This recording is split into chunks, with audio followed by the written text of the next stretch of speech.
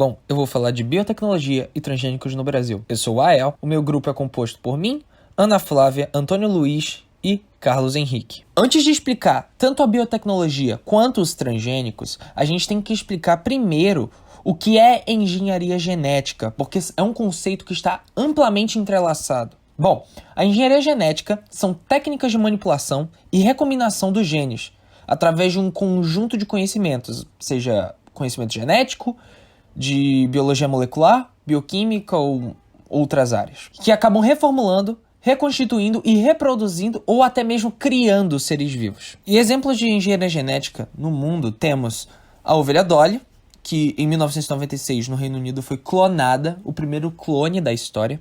E aqui no Brasil nós temos a bezerra Vitória, que nasceu em 2001 e também, como a ovelha Dolly, é um clone.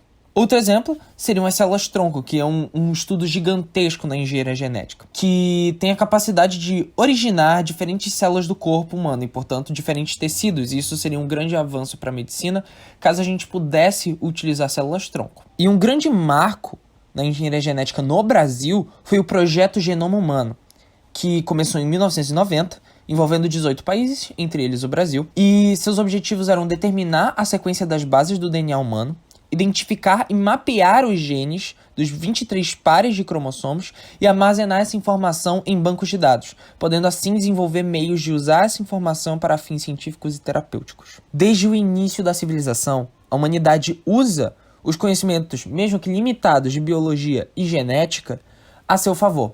Alguns exemplos disso são as bebidas alcoólicas, que foram produzidas pelos sumérios e babilônios em 6000 a.C. Outro exemplo são as panificações e bebidas fermentadas, que foram utilizadas pelos egípcios e gregos em 2000 a.C. E os grandes avanços da biologia genética foram através de Mendel, por volta de 1850 a 1855, onde ele descobriu e fez diversos estudos sobre genética com suas incríveis ervilhas. Outro foi Pasteur, que mostra que a fermentação é causada por micro-organismos, quebrando a teoria da abiogênese. E mesmo que os conhecimentos de Mendel e Pasteur tenham sido produzidos no século XIX, somente no século XX, em 1953, foi estabelecida a estrutura do DNA.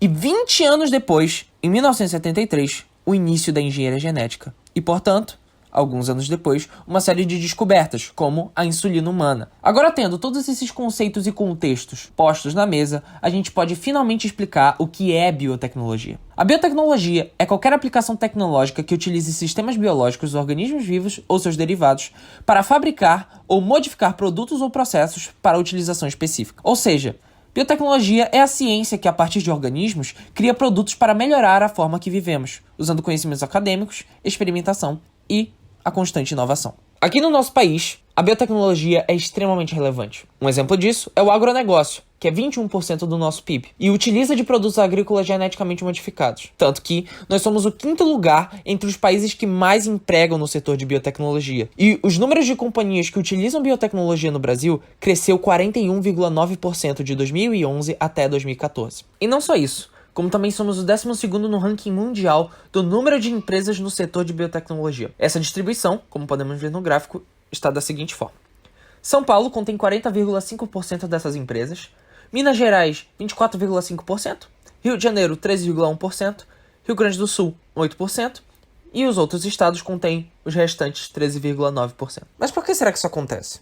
Bom, a maioria das pessoas não sabem, mas a biotecnologia tem prioridade estratégica no Brasil desde 2003, e em 2007 foi criado o Decreto número 6.041, que estabeleceu a política de desenvolvimento da biotecnologia. O Brasil é pioneiro na pesquisa e utilização de produtos agrícolas geneticamente modificados, além de desenvolver e comercializar conhecimentos de biotecnologia agrícola de ponta. Outro fator que influencia é o tamanho da nossa população, que, por ser grande, acaba tendo maior consumo de medicamentos, alimentos, vacinas, entre outros bioprodutos, e a biotecnologia seria capaz de suprir essa demanda. Porém, a biotecnologia tem um custo.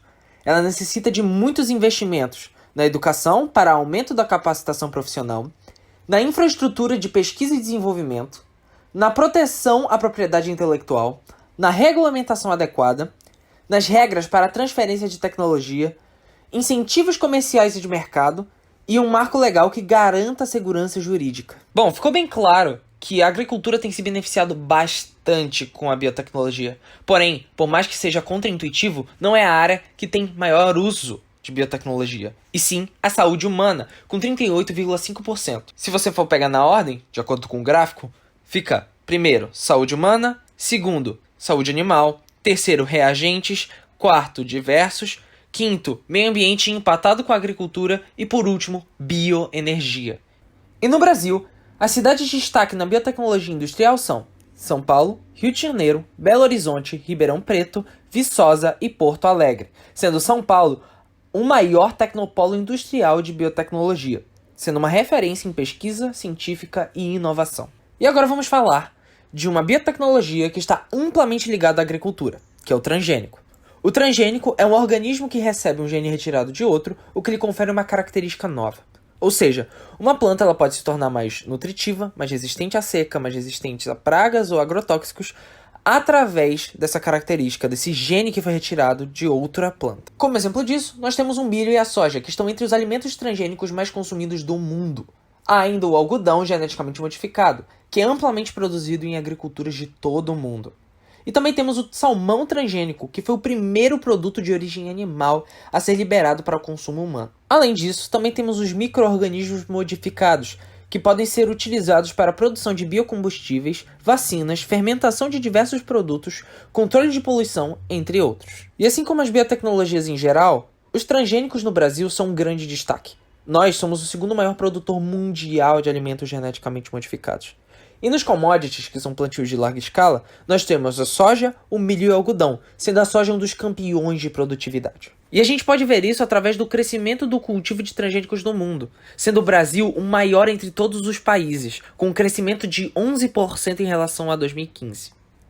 E como já falado, a soja, o milho e o algodão são destaque nos transgênicos, sendo a soja 96,5% transgênico, o milho 88,4% e o algodão 78,3%. E os principais fatores que influenciam o alto uso de transgênicos no país são a capacidade de produção de sementes com qualidades nutritivas muito maior que as sementes orgânicas, o aumento e a melhoria na produtividade pela maior resistência às doenças e pragas, e a redução de custos de produção e a expansão do conhecimento científico. Porém, tudo tem seu ônus. Os transgênicos podem causar problemas de saúde, estimulando o aparecimento de alergias e a possibilidade de serem carcinogênicos ou venenosos, além de problemas ambientais, como a perda de biodiversidade e o incentivo ao aparecimento de pragas mais resistentes na natureza. Outro problema é o fato dos transgênicos serem produzidos, em sua maioria, por grandes produtores, ignorando os agrossistemas sustentáveis e os pequenos produtores que não têm acesso facilitado às sementes que foram manipuladas geneticamente. E por último, e não menos importante, o domínio da tecnologia de geração dos transgênicos por pouquíssimas empresas nacionais é um problema real que precisa ser resolvido.